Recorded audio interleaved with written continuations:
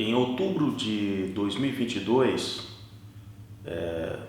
terão se passado 60 anos de um evento que é considerado por muitos especialistas como talvez o momento onde o mundo estivesse mais próximo de uma terceira guerra mundial e dessa vez uma guerra com armas nucleares. 27 de outubro de 1962, os navios russos deram meia volta, aceitando que o bloqueio que o Kennedy tinha imposto a Cuba era para valer. Então, para aqueles que já conhecem aqui o canal, peço que já coloquem ali, acionem o joinha. Para quem está chegando no Modernidade e Ciência, espero que se inscrevam aqui no canal para conhecer um pouco de história, ciência e ciências sociais, né?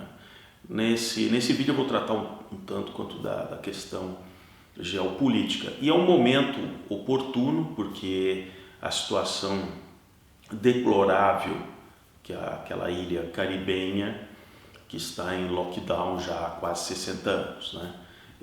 Eu creio que até o ano de 2022 esse lockdown não irá durar, né? Como vários sistemas comunistas caíram dessa maneira. Quando você perde o ícone, perde aquele mentor, aí finalmente as novas gerações não suportam aqueles que são colocados ali, mas isso fica aí para uma outra oportunidade.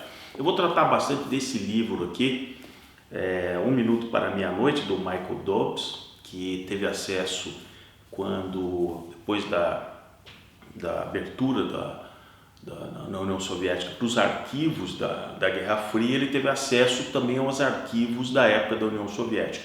E aí ele revela muita coisa que muitos políticos progressistas aqui no Brasil deveriam estudar um pouco, né? Deveriam estudar o que foi aquele momento em 1962. Muitos deles nem eram nascidos, provavelmente, quando aconteceu tudo isso, e aí vivem falando todas aquelas bravatas, aquelas coisas todas, tal, sobre uma maravilha, a maravilha cubana, tudo. Lembra dos médicos? Os médicos eram sensacionais, o negócio todo, e caíram rapidinho fora quando viram que a farsa ia ser desvendada, né? Bom, então, já em 1962, no auge daquele momento de Guerra Fria, Cuba tinha simplesmente dado o golpe cubano em 1959, então em 3 anos eles já conseguem causar um verdadeiro hecatombe mundial, porque começou a se suspeitar de que navios estavam levando armamentos realmente para a ilha. É claro que os soviéticos negavam, não é? Claro que o Fidel, fazendo os empregados, negava, até que o avião secreto na época, o U-2, fotografa de fato bases de lançamento de mísseis intercontinentais na ilha, né? E a partir desse momento, o Kennedy, que era um democrata, até um cara até razoável em termos assim, ele declara o bloqueio de Cuba e diz assim: não, vocês não vão levar mais nenhum desses armamentos para Cuba. O que ele não sabia é que a primeira fase de instalação dos mísseis, que eram mísseis, digamos, de curto alcance, que poderiam atingir a Flórida, alguns estados ali da costa leste americana, talvez chegando perto de Nova York, eles já estavam operacionais. Aliás, no livro, o Dobbs conta uma coisa interessante dos arquivos russos, que como todo aquele artefato tinha sido projetado num ambiente extremamente frio, como é a União Soviética, né, principalmente ali na Rússia, eles não podiam sofrer uma temperatura muito elevada, eles poderiam começar a se danificar os sistemas que estavam ali. Fidel requisitou todos os equipamentos de ar-condicionado existentes naquele momento em Cuba para levar para essas centrais para manter os mísseis refrigerados. Veja a situação, né? Hoje, quando eles têm lá, né, uma ração de coxinhas de frango por mês, né? Mas desde 1962 vocês vejam a truculência do regime, que tem muita gente nos Estados Unidos como Bernie Sanders, tal, porque fica baba, né? Saliva quando fala, né? Mas ao se descobrir que bases já estavam montadas ali, inclusive com a perda de um ou dois desse, um piloto morreu, né, nessa missão, né? Os russos têm que tomar uma decisão se eles iam de fato levar os navios com a outra geração de mísseis, que eram os mísseis de longo alcance. Se eles tivessem instalado os mísseis de longo alcance secretamente, aí sim os Estados Unidos estariam totalmente vulneráveis, porque eles conseguiriam mandar esses mísseis a milhares de quilômetros, né? E aí começou uma tensão, e naquela época, sem internet, sem uma comunicação rápida, as comunicações entre o Kremlin e Washington levavam muitas horas, porque tinha que ser traduzido, tinha que ser transferido, não existia uma embaixada russa em Washington que pudesse simplesmente receber aquilo e imediatamente passar para o embaixador, por exemplo, não. Então vinha por parceiros, né, de lado a lado, havia muita desconfiança. E aí surgiu uma questão, você tinha os falcões, que eram generais americanos que achavam que era o motivo imediato para retalhar Cuba imediatamente. Por outro lado, você tinha o Khrushchev, junto com o Fidel, o magnânimo Fidel, que tentava incitar o Khrushchev a fazer um ataque preventivo aos Estados Unidos, né?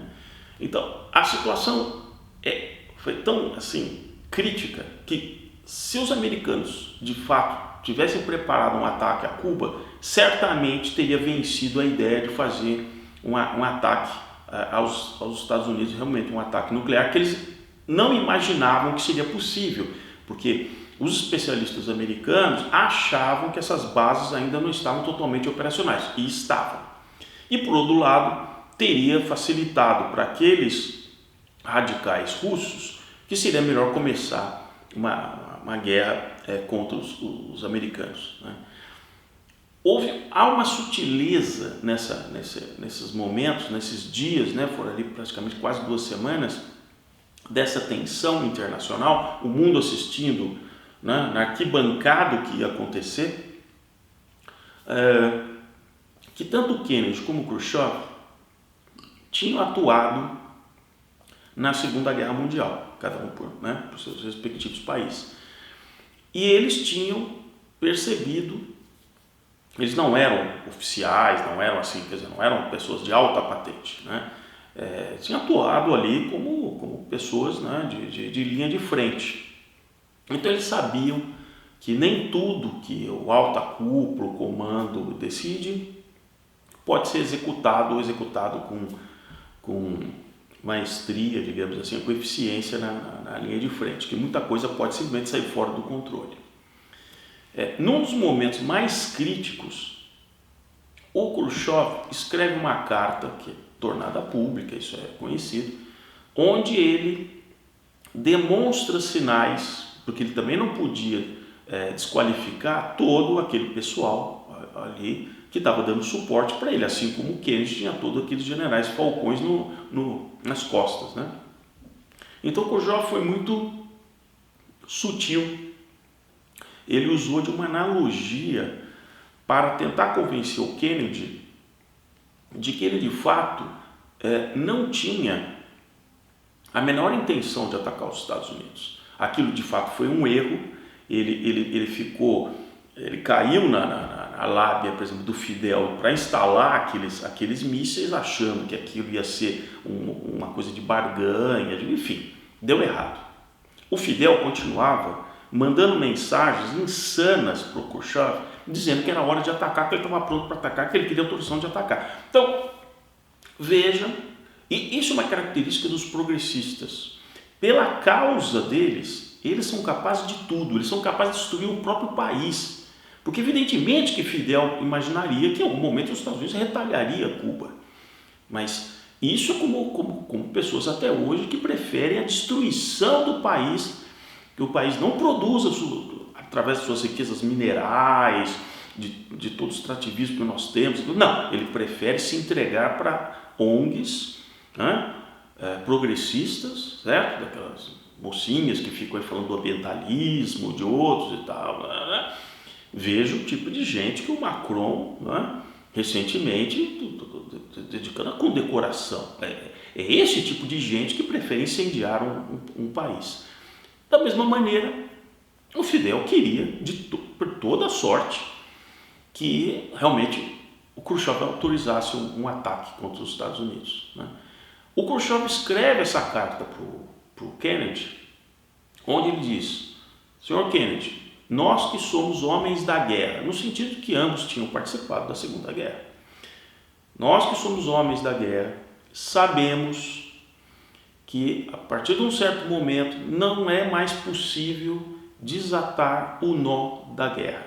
Tanto que, historicamente, aquele nó, górdico, que simplesmente para ser rompido, para ser deslaçado, foi cortado, né? Então, mas não é mais possível desatar o nó. Ele manda essa mensagem para o Kennedy num sinal de que assim, olha, as tensões estão aumentando de tal maneira, estamos apertando o nó a partir de um certo momento que esse nó não pode ser desfeito. E o Kennedy, de qualquer forma, ele deu um prazo, ele deu de fato um prazo, por isso que o livro deu 1 minuto para meia-noite, até aquele final, praticamente ali 27 de outubro, para que o Khrushchev simplesmente pedisse para que ordenasse que os navios voltassem para a União Soviética, né? Aviões de reconhecimento americanos tinham fotografado, mostraram que existia no convés de navios cargueiros que foram adaptados para levar as ogivas nucleares, que eram bastante grandes, essas de longo alcance, não dava para você esconder nos porões, então eles tiveram que colocar, condicionar no convés, e aí foi fácil para os aviões de reconhecimento mostrarem que, olha, nós estamos sabendo que você está levando esses ogivas para lá. Foi um momento muito tenso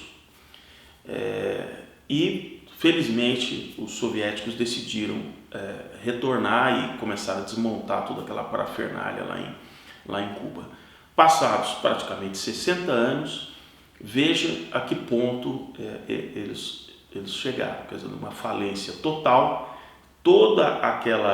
Aquele glamour foi criado pela imprensa ocidental, por todos aqueles que participavam dessa ideia progressista e que sempre mostravam um lado muito benigno, e talvez o número de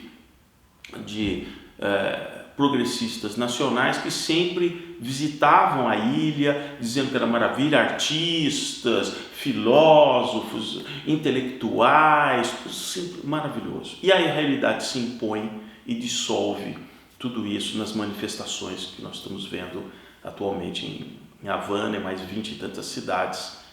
Isso é irreversível, é irreversível. Eles podem cortar a internet, podem fazer o que for, mas é o começo do fim.